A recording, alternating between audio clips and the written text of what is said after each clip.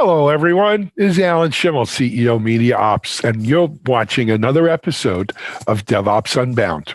Let me introduce you to our panel for this week's episode, and we'll jump right into our subject matter. First of all, we have the newcomer to DevOps Unbound, but he's not a newcomer to our audience.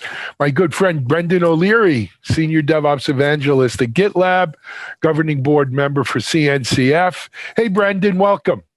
Alan, nice to see you, as always, and happy to be here. Thank you for being here, Brendan. Next up, we have our good friend and a semi-regular here on many of our video segments at MediaOps, Tracy Ragan. Tracy is CEO of DeployHub, as well as the community-elected board member of the CD Foundation. Hey, Tracy, welcome. Thank you. Thank you so much, Alan, for having me here today. I always love doing these. Absolutely. We love having you. Our third panel member today comes to us from Tricentis, who's also the sponsor for DevOps Unbound, and it's Dr. Parag Doshi. Parag runs engineering or VP engineering at Tricentis. Parag, welcome. Hello, Alan, everyone. Nice to be here. Thanks for having me. Thank you. Thanks for being on. And then last but not least, my co-host for DevOps Unbound, Mitch Ashley. Mitchell is the CEO founder of Accelerated Strategies Group, as well as CTO at MediaOps. Hey, Mitchell, thanks for coming on today. Absolutely, Alan, and thank you for all of our panelists for joining us. You're all fantastic. Yeah. We enjoy having you. You know, just before we jump into it, you know, the continuing evolution of COVID times, we've done so much with our backgrounds on our videos, right? Looking here at Tracy's snazzy DeployHub background and Mitchell's background and Parag's and Brendan's old school, man. Brendan is giving us, if I'm not mistaken, he used to be down in the basement and now he's moved up. I think he displaced one of the kids or something. Yeah. And that's a real background. So you good for Brendan. An MV7 microphone there. Nice job there, Brendan, on the mic. Thanks. Yeah. All post-COVID things to make it work, Alan. I wanted to have the background, the real background to make it work, but that was also a post-COVID change. Yeah. Crazy stuff. Anyway, guys, today's show is around one of the hottest topics in DevOps, GitOps, right? And I've actually heard from people, that GitOps is the new DevOps or GitOps is somehow replacing DevOps. And I think DevOps is outgrown it's going to be replaced by something. It's transcended to a different level of existence, if you will. But certainly GitOps is on a lot of people's lips. It's not only on their lips, it's in their development plans and how they're delivering software to the cloud, to cloud native, and all over. But is it the right move for every situation? Is it a panacea? When is GitOps a good thing to use? When is it maybe not a good thing to use? Right? How tightly or how much does it change sort of the classic CI/CD pipeline that we've started to finally wrap our heads around, in DevOps, stuff like that. So I am going to, Brendan, of course, GitOps, GitLab, they both have Git in it. So I'd like you to start off. Let's start with some definitions. What's GitOps mean to you? That's a great question. And I think one that's still probably unsettled, right? Much like, defining DevOps can sometimes be seen as unsettled. GitOps came out of the cloud native community.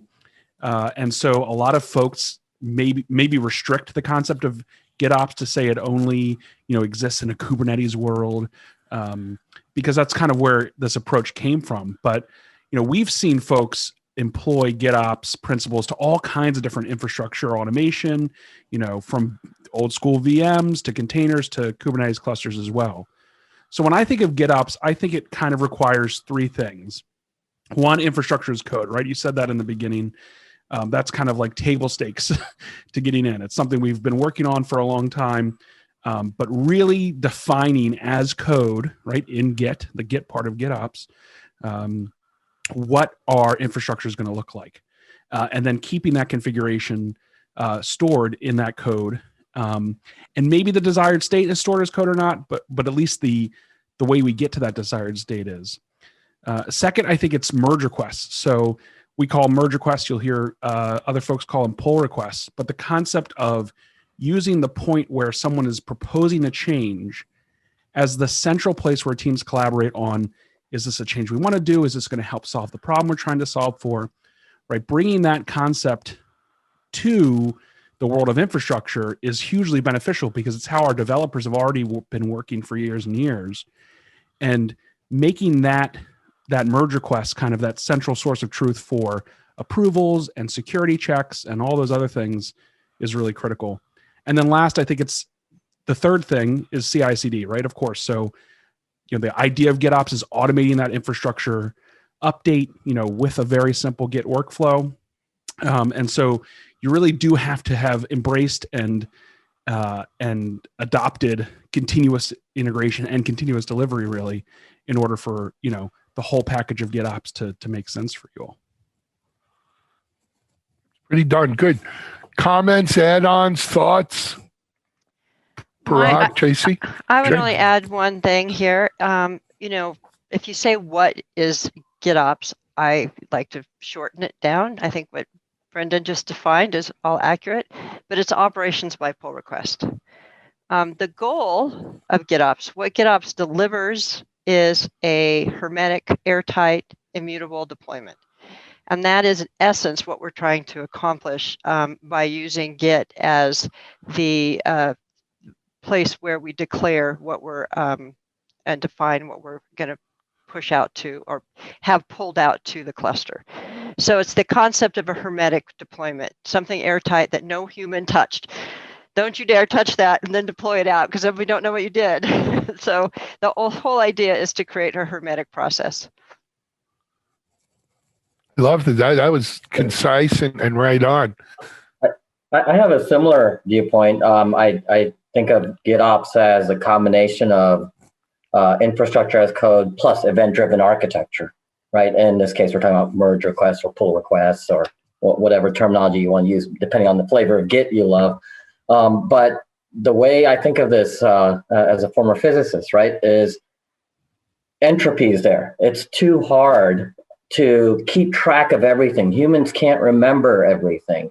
We need to be able to describe, as application developers have been doing for the past couple of decades in code, the versions of things, the documentation associated with everything, and then the automation that we've had in CI/CD, which people think of, oh, okay, that's developers pushing their code out. Well, there's no reason why we have to stop at application level. It needs to be the whole thing because application and infrastructure must stay in sync at all times. So by putting a description of both the application, the infrastructure, and within the surrounding environment, all three of those into Git, you're bringing the best practices of app dev into the whole world together. So they're all synchronized. Yeah, I like that description too, Parag, because in a way it's breaking down silos that we still have, right, around the code build and deployment process. And it's almost like if you think back when we started using code repositories and, okay, everybody put their source code in one place. Okay, let's expand that to artifacts and other things. Well, now we're doing the same thing of let's abstract at one more level and make the whole thing cradle to grave, if you will, for getting code out into production, whether it's any part of that stack, it's a GitOps process. So to your point, Tracy, about it's an immutable object, it's something that we know from beginning to end, it's all been in one environment and we haven't had manual processes that have just been automated that potentially are weak or could be broken. I'll add one more comment on top of Brendan's about is I think it was around, it came out of Cloud Native Computing Foundation. But really, the way I look at containers, okay, is it doesn't matter if it's a container or a VM. We've just moved a control plane up to a higher level, but the same principles apply. So there's no reason why we cannot use these same principles in a container type of environment or a non-container environment. The only difference I'd say with containers is we can be very surgical, fine-grained down to each individual pod. So there's a little advantage with cloud-native architectures to be very fine-grained. Yeah, I agree. I think that's important for folks to separate the concept of GitOps, right? The principles that we've all talked about, and I agree with the other panelists and how they've talked about it, but separate those principles from the technology, right? Because it's not always true that Kubernetes is going to be the right technology for you to deploy every workload you have in. But still, this concept of GitOps, and I really liked Tracy's, sealed container. I mean, well, overloading the word container there, but that that sealed deployment that doesn't have a lot of human or doesn't have any human interaction, right? That is what gets us to what Mitch was talking about, which is we want to take this like isolated people working in isolation, the kind of like cave-like nature that operations typically used to have, where you have to have this specialized knowledge that one person knew. Oh wait, how do we deploy that service? Oh, we've got to call up Alan. He's the one that knows how to do that, right? Like you want to get rid of that and make it all, what Tracy said, which is like a hermetically sealed deployment that we know we can reproduce every time. Yeah. So GitOps was a brilliant way to leverage existing tools and habits to create Chef and Puppet. That is basically what was done. I mean, it has a Puppet kind of master architecture. You have a GitOps operator that's running on your cluster. It does a poll based on what's in Git. It's very much took the basic concept of Chef and Puppet and used and leveraged existing tools that people already had, some open source GitOps operators out there, and they were off and running. And that is the brilliance and beauty of GitOps. I mean, I have a lot of issues with GitOps, and I'm sure we'll share them, but its brilliance is in that simplicity of, The irony, though, is, Tracy, is that, many people will tell you that Kubernetes killed Chef and Puppet, right? And we've seen Chef get sold maybe for less than, money raises and valuations. Well, I'm just previously. talking about the basic concepts. No, I get it. But, if we look at the concepts behind what Chef and Puppet did, which was automate that deployment, right? Deployment automation like that. And then with Kubernetes, it sort of negated the need for that. But yet we kind of snuck that in the back door, except we put it in Git to use in Kubernetes. So the irony of that is pretty profound, right? Well, it's all about the container. Right. Yeah, right. Maybe it's because Chef and Puppet didn't figure out how to work in the container. Look, for that matter, Jenkins too, right? We went to Jenkins X because of all of that and everything else. Ansible being another example. Yeah. But what I'm reminded is of the old Who song, right? Meet the new boss, same as the old boss. Exactly. And and you still have that old boss. But that being said, here's another thing. And Parag, I'm going to ask you to kick off as I take us a direction here. And that is GitOps, yes, it's for deployment. What about testing? Hey, Tricentis is all about testing. We're doing our testing in Git. That's GitOps? Right? Is that better, worse? Is that the way it should be? Always? Sometimes? Never? So I don't know if I'd call it testing in Git, but I would say, now Git becomes a source of truth. So I think what Tracy said is right, that it's just that same sort of automation of infrastructure, but now moved into making Git the centerpiece of where you define this. So the Git part is unchanged, but the testing is now event-driven, right? So because you've merged in code, you've committed code, or you're going to do a pull request, that can trigger testing. And we call this continuous testing. And I think the evolution of this can even go as far as our test definitions themselves should also be put into Git.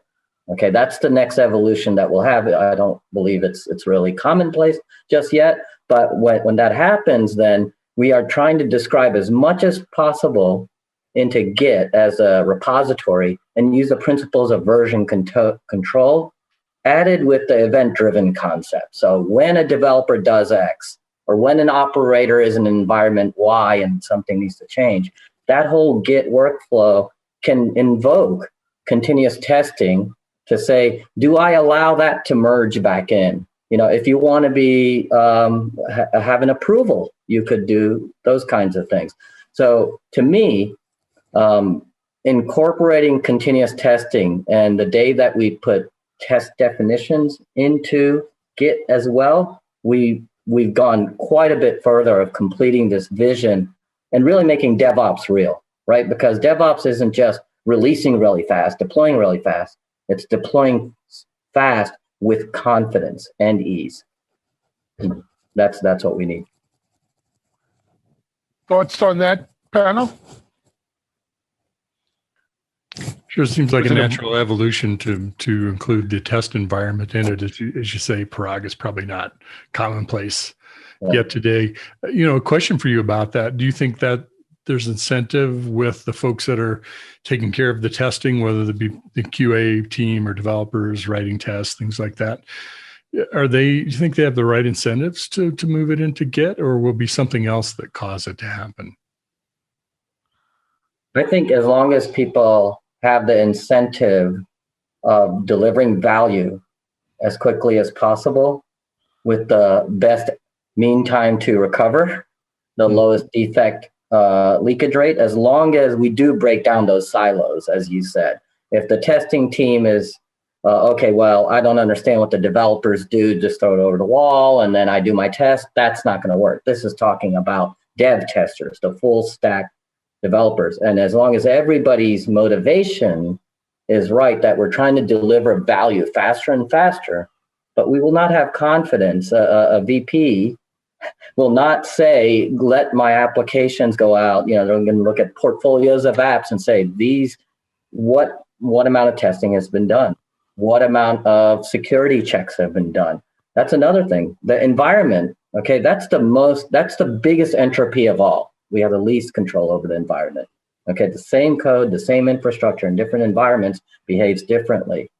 Until we get that environment description also into Git, coupled with the testing model themselves that says, here's how we tested in that environment for that application, for this infrastructure pattern, then DevOps becomes real.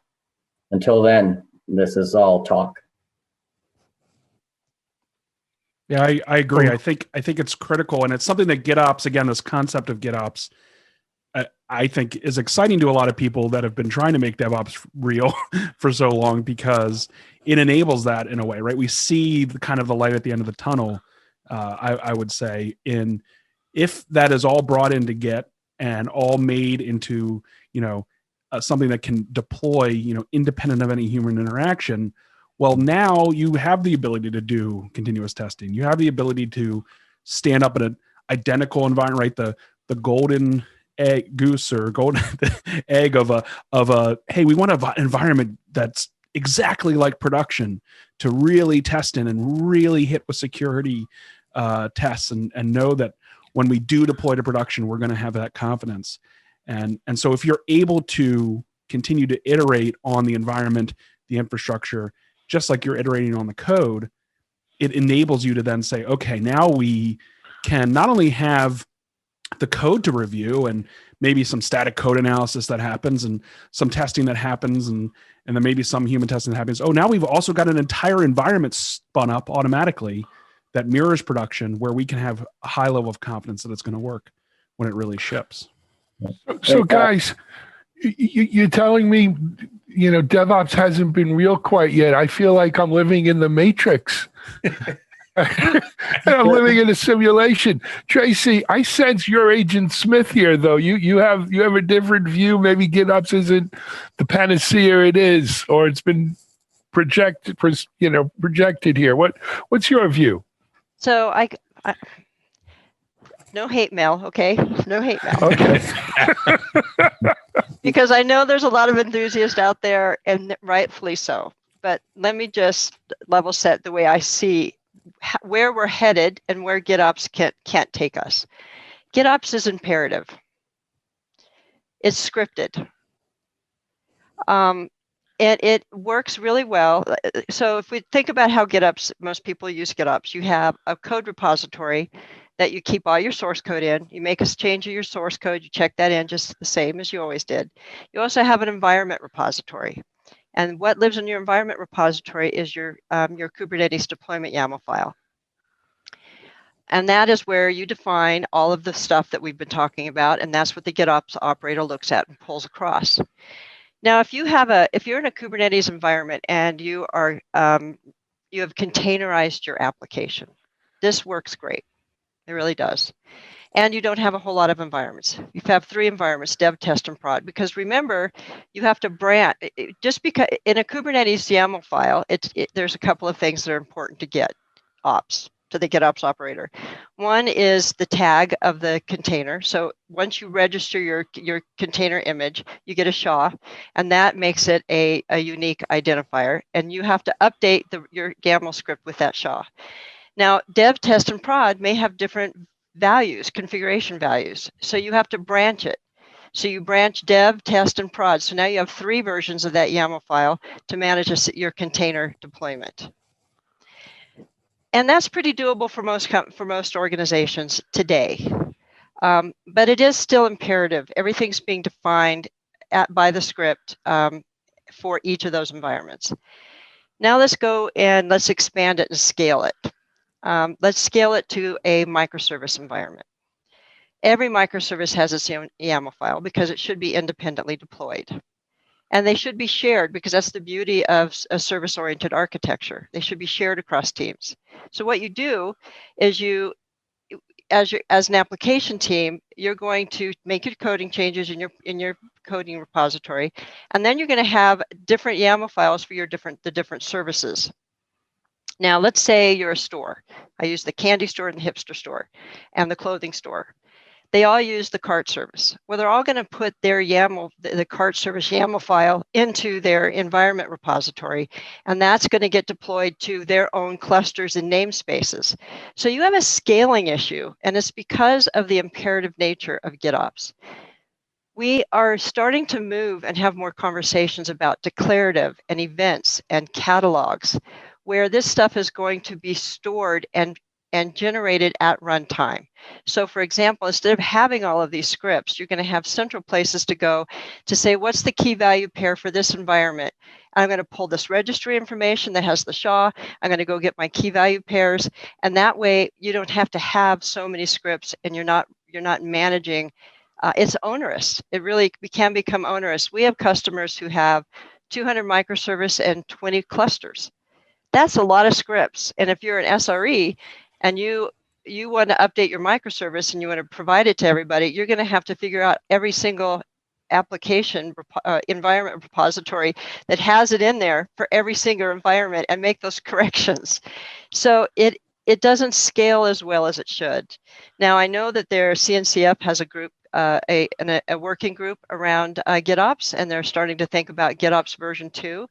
And they're going to have to address these kinds of core problems around an imperative process. Love it. Brendan?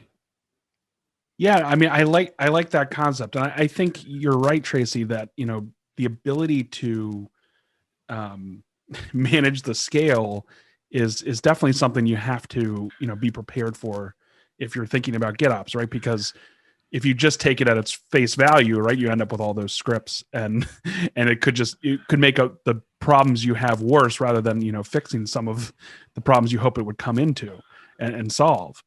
And so I think in a cloud native environment, it maybe pairs a little bit more simply, but I think that's why, again, it's great to think about the concept of like focusing on that developer centric approach and the experience that they're going to have when it comes to shipping something out, right? To your point of like, if I want to ship an update to my microservice that impacts everyone, I don't want to have to go through 78 repositories and update that everywhere. And so, having GitOps, do the infrastructure management in the same version control system as application development is great. But you also have to have a plan in place for how does that scale to the scale that you're really going to build to, if that's scale of developers, if that's scale of services, if that's scales of environments. And so I think it's important to have tooling and an approach in place that accounts for that as well. Parag, you were going to say something, I think, before we. Yeah, sure. So I love what Tracy described there, and getting into the specifics of the proliferation of YAML files, and especially as we break down microservices. So this is the whole concern with microservices. What you took as monolith and you described as one big black box, now you've broken down, and so now we have the proliferation of all these things, right? So I like things like Helm to help to reduce that and parameterize all these things. But fundamentally, with GitOps, the concepts are there. Like I said, infrastructure as code with an event-driven type of approach, version control. What I like about CNCF and containerization is the purpose of containers inherently, and Brendan can keep me honest on this, is really to make the environment completely separated from your solution, your application, your infrastructure, right? So today's industry, the best approach we have is containers or serverless, which is also part of CNCF, so that we have things like Docker files and YAMLs that allow us to reduce the entropy of the environment as we can, as much as possible, and describe them declaratively in things like YAML files. And I do agree with Tracy 100% that now it becomes, okay, well, now I've got all these different configs, pulled that out of my code. Even with service mesh technology and CNCF, we're pulling out things like security and rate limiters between every single microservice. All that's taken out of the logic, the business logic, and everybody doing security different ways. Now it becomes the configuration issue. How do I, if I want to change a configuration, how do I need to change 100 different YAML files or config maps? And I think that technology is evolving. Helm is just one example. And then associate that with all the continuous delivery. You all know, Spinnaker and a bunch of different technologies in this area, Octopus and so forth, that can help. Yep. Mitch, did you want to say something? Otherwise, I got another. No, all I was going to add to the conversation is version control across all of this also gets very complex. So I think you all. But isn't that what Git and repositories are supposed to help us with anyway?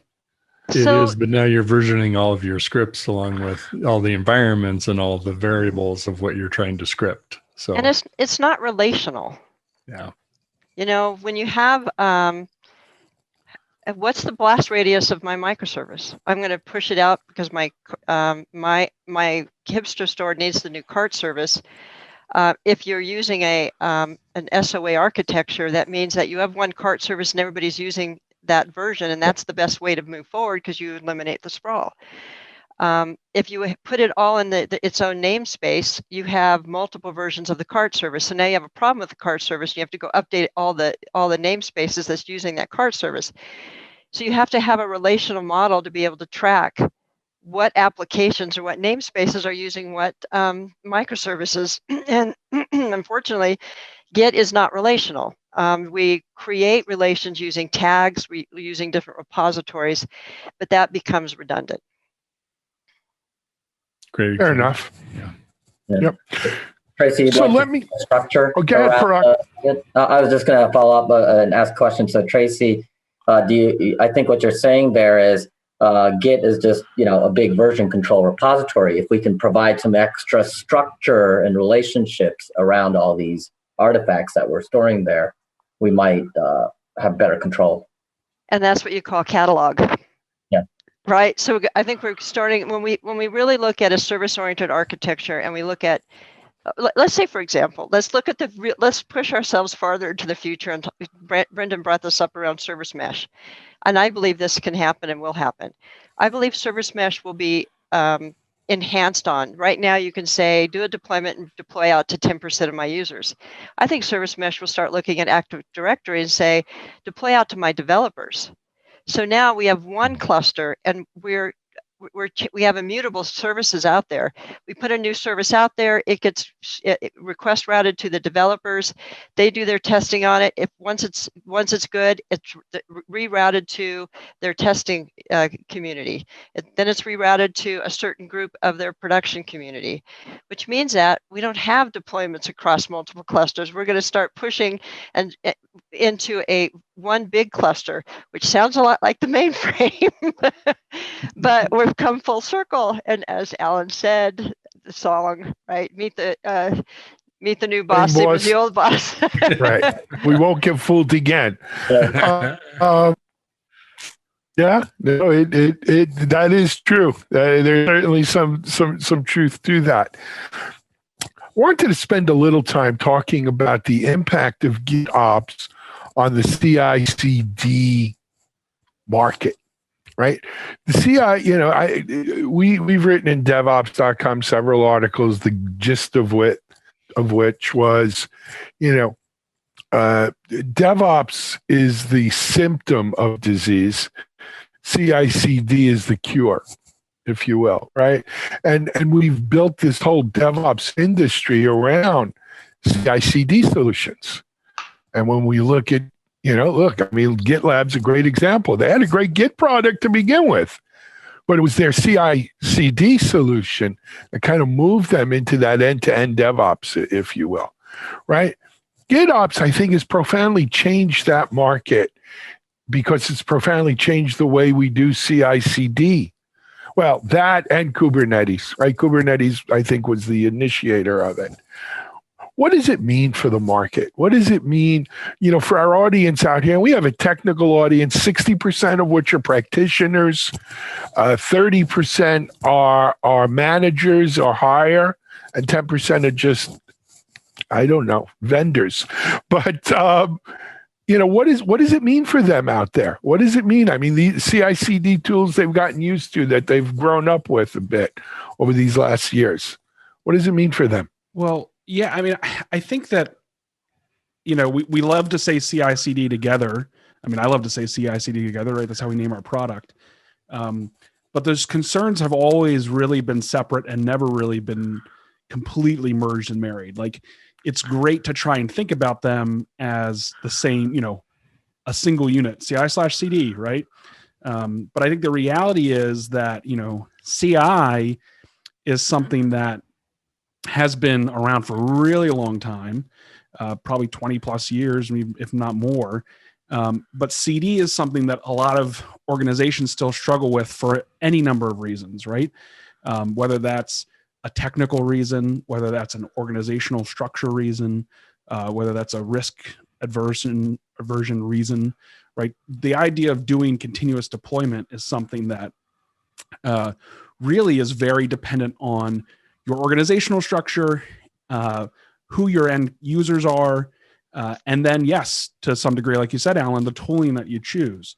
And what we've seen, in traditional CI/CD tooling is this concept of, applying what we do in CI, which is, scripting based on an event, running through a number of scripts, that is what then becomes CD. Well, now we're going to push with scripts out to the environment. And so GitOps, you noticed in my definition, I didn't say that a pull was necessary. I think you can do push-based GitOps, right? If you have infrastructure as code, you have MRs as the point of change control, and you have the ability to do CI/CD. But I think most people, when they hear GitOps, think about another new concept, right? Which is this concept of pulling, right? We've heard Tracy talk about that. And so having an active agent inside of your infrastructure that is constantly ensuring that your desired state is the actual state in the world, right? That's what Kubernetes brought to us. That's what pull-based GitOps brings to us, right? And so that's why, for us, we've been doing CD for years, like you said, Alan, and we're doing mostly push-based. But as our customers' needs expanded in GitOps, well, we adopted a Kubernetes operator. Now we have our own Kubernetes operator, and you'll see in this more and more in all the tools that runs inside of the cluster and pulls changes in. And that methodology, while, again, credit to Tracy, sounds a lot like Puppet. It still is something that, was the allure of Kubernetes for a lot of people. Hey, I want to describe my desired state and have something else worry about that desired state always being true. Regardless of if, I push something wrong once, I want this desired state to always be correct. And so I think that's how we're going to see a huge change in the tool space, right? Like to Parag's point, like we're talking about Spinnaker, that's something that Netflix has been using for a long time, but no one ever thought that they would be deploying like Netflix. Well, now it's a huge deal, and lots of people are talking about it, and they are, right? And so it's very interesting. Mitchell, it sounds like an analyst question. Well, I was thinking about that very much, and I appreciate Brendan's perspective on it, because anytime you have a major paradigm change, right? You have early adopters, and then you have a long tail of how that adopts out. And you're talking about the Netflix. People are now starting. How long have we been talking about Netflix as the example? As long as we've had DevOps and continuous deployment. And I think we have a bit of the same challenge here of, instead of still having layers of our stack and different responsibilities or processes or things that go into creating environments, whether it's from code or not, when we say it's all going to be based on a pull and it's all going to happen, in its own environment, if you will, that's a bit of a big pill to swallow for a lot of organizations, especially in complex applications. I'm not saying it's not going to happen, but I think it's going to be a slow to adopt. And I'm sorry if I'm going to get a bunch of hate mail. It's a great concept, but I do think it's going to be more difficult to adopt than even containers were for breaking down applications. Not that it's not a good idea or the right idea. It's just instead of modern software architectures being something the developers now get their mind around with containers and microservices and fabrics, meshes, now you're talking about different parts of the organizations going into infrastructure and ops, and it's all getting compacted together. And you've got multiple parts of the organization getting behind that paradigm shift. So that's my view of it. Will we see things in the market around GitOps? Of course we will. Well, I don't think we're going to see this tipping point that will happen rapidly. That's my assessment. Okay. So it seems like you and Tracy have formed some sort of coalition here. And I always go to Tracy when I need something answered. Right. Send the hate mail that way. Now Brendan and Parag. Right. I want to say that the CI/CD pipeline can adopt GitOps quite efficiently. You think about what Brandon pointed out. When you think about CI/CD, you think everything's a push, right? And you had a script that you executed your CI/CD server, your orchestration server, your job scheduler said, hey, there's a step here, then that step goes out and pushes an update to a production environment. How that's going to, because GitOps is a pull methodology, it doesn't have a promotion methodology. And what really we're going to see is for folks using GitOps, is we're going to see the CI/CD process create the pull request. And there'll be an approval. If you want a pull request to go into production, there's going to have to be probably a manual step that approve that pull request. And then once it gets there, the CI/CD pipeline creates it. Now, the challenge will be having the CI/CD pipeline automatically update all of those declarative scripts, because there'll have to be a different one based on the environment. But that is totally doable, and it doesn't change that. But what it does do, it says, hey, CI/CD, you need to have a hermetic process. It needs to be airtight. You need to have a single source of truth.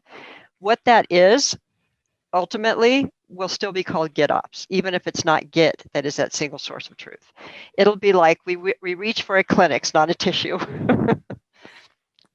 Let me back up what Tracy just said, and maybe take the view of, I think you said 30% of the listeners are looking at this from a business angle. And your question sounded also like, what does this mean to our industry, right? So today we've got, 170 different products, if you will, and tools around, and Brandon can probably say, no, it's now 250 or something, but around DevOps and all the new different concepts. Closer to 700.